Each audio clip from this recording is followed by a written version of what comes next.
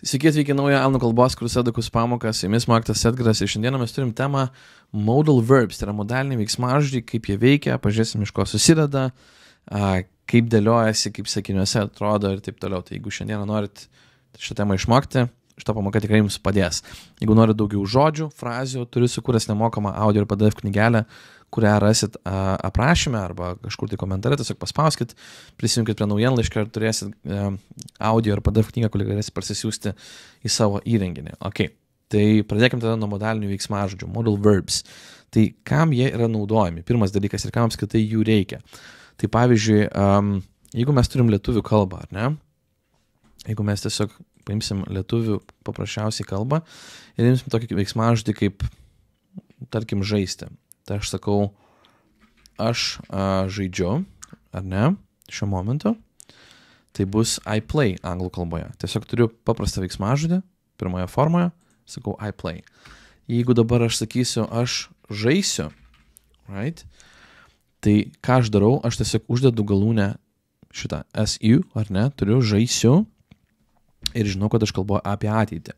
Bet anglų kalboje, ir tai yra tik vienas iš modalinių veiksmažodžių, ką aš darau, tai aš naudoju modalinį veiksmažodį will ir sakau I will play. Ir šitas modalinis veiksmažodis will modeliuoja, tai yra pakeičia po jo einant į kitą veiksmažodį ir jis patampa kažkom kitu. Tai šiuo atveju patampa ateitim, nes aš turiu ateities laiką. Dėl to sakau, aš žaidžiu, I play, aš žaisiu, I will play. Ar ne? Įminkim kitą, dar vieną modalinį veiksmažodį. Jeigu, pavyzdžiui, aš sakau lietuviškai, aš žaisčiau, bet, toliau nebetęskim tą sakinį, ar ne? Aš žaisčiau, bet, anglų kalboje aš sakau I would play, but. Tai va toks yra skirtumas modalinių veiksmažodžių. Kam jie yra skirti, ar ne? Kam jie yra naudojami, tai tiesiog yra kaip veiksmažodis, kuris keičia po jo einantį veiksmažodį. Keičia jo prasmę, keičia jo formą. Na, formą galbūt nekeičia, bet prasmę keičia iš esmės, ar ne? Ir mes jų turim įvairių tų modalinių veiksmažodžių, bet pagrindiniai yra galėti, tai yra I can, aš galiu. Tai pavyzdžiui, jeigu paimsim tą patį žaisti, tai I can play. Tada, pavyzdžiui, paimkime tą patį will, ar neturime I will play. Tada mes turime I should play, man reikėtų žaisti. I could play, aš galėčiau žaisti arba galėjau. Čia gali būti ir praeitis, gali būti ir mandagus, gali tas galėčiau. Kaip ir panašiai, kai turėtumėm, pavyzdžiui, I would play yra aš žaisčiau. I would play, ar ne? I have to play, aš turiu žaisti. Aš privalau žaisti, ar ne? Privalau būti labiau I must play. Tai va čia yra tokie modaliniai veiksmažodžiai, kurie, kaip sakau, jisai stojasi priešais tikrai veiksmažodį ir keičia jo prasmę. Tai ką dabar noriu padaryti su jumis, tai noriu tiesiog nueiti ir pasižiūrėti vieną kitą tekstą, na, tiksliau vieną tekstą, kurį trumpai galim aptarti, tiesiog suprasti, kaip viskas dėliojasi ir kaip sakiniuose tai gali atrodyti. Tai gal tiesiog tada ir pradėkime, aš tik truputėlį jį padidinsiu, kad mums būtų lengviau matyti ir įskaityti. Okay?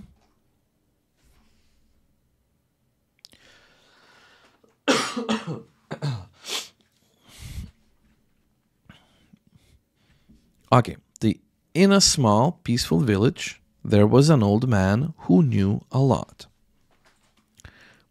In a small, tai mažoje, peaceful, taikioje, village, tai mažame, taikiame kaime, there was, buvo senas vyras, who knew a lot, kuris daug ką žinojo.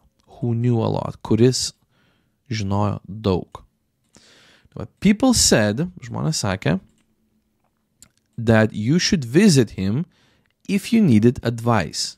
Tai reiškia, žmonės sakė, people said, that, kad tau dėrėtų arba tu turėtum, tau reikėtų jį aplankyti, visit him, matot, should, ir tada iškart eina visit, should visit, reikėtų aplankyti, nes tiesiog visit yra visitas, aplankyti. You should visit him if you needed advice, jeigu tau reikia patarimo. He would tell, jis papasakotų įdomias istorijas, interesting stories, arba čia šitam atveju iš tikrųjų mes naudojame kaip jis pasakoja. Tiesiog tas would yra naudojamas kaip toks bendrinis, ką jis daro, kai žmonės pas jį, pavyzdžiui, ateina. Tai čia naudojame would. He would tell interesting stories that kept everyone listening carefully. Tai jis pasakoja įdomias istorijas, kurios kept everyone listening carefully, kurios, laikė visus įdėmiai besiklausančius. Ar ne? Visus prikaustė. Everyone listening carefully, atsargiai, įdėmiai klausėsi. If he liked you, jeigu tu jam patikai, he might, turim dar vieną, he might tell you, jis tau galbūt gali pasakyti, jis gali tau pasakyti, iš esmės gali. Čia pasako, ar ne, čia pridedam might, gaunam gali pasakyti, tau paslapti. His advice could, vėl turim could, jo patarimai could help you with difficult things in life. Gali padėti arba galėtų padėti tau su sunkiais dalykais gyvenime, in life, and he would remind, ir jis tau primintų, that you must be nice to everyone. Primintų tau, kad tu privalai būti, must be, ar ne, šitas tiesiog to be būti, privalai būti malonus visiems. Svarbiausia, kad bendratinė forma eina. Dažniausiai nedažniausiai, visada po modalinių veiksmažodžių eina bendratinė forma. Tai kadangi bendratis, Hamletas klausia būti ar nebūti, to be or not to be, turime be čia, ar ne? That you must be nice to everyone. Privalai būti mandagus visiems. Travelers from far away tried to show they were smarter than him. Reiškia, keliautojai from far away, iš toli, bandė parodyti, they were smarter, kad jie yra protingesni than him, už jį. But they couldn't. Bet negalėjo. Mes turim could, bet tai jis nestovi kaip modalinis čia. He said that everyone, jis sakė, kad visi should learn new things. Turi išmokti, should learn, modalinis, ar ne? Should learn new things, but should not be proud and talk too much about what they know. Bet neturėtų būti, should not be.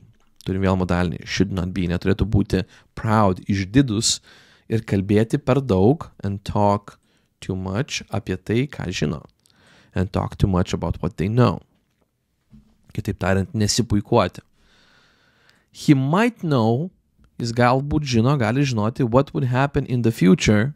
Jis galbūt žino, kas įvyks ateityje, in the future, but he wouldn't tell anyone. Jis nesakytų niekam. Nesakytų, would not, turim, ar ne? Would not, čia, įsijungtas į wouldn't.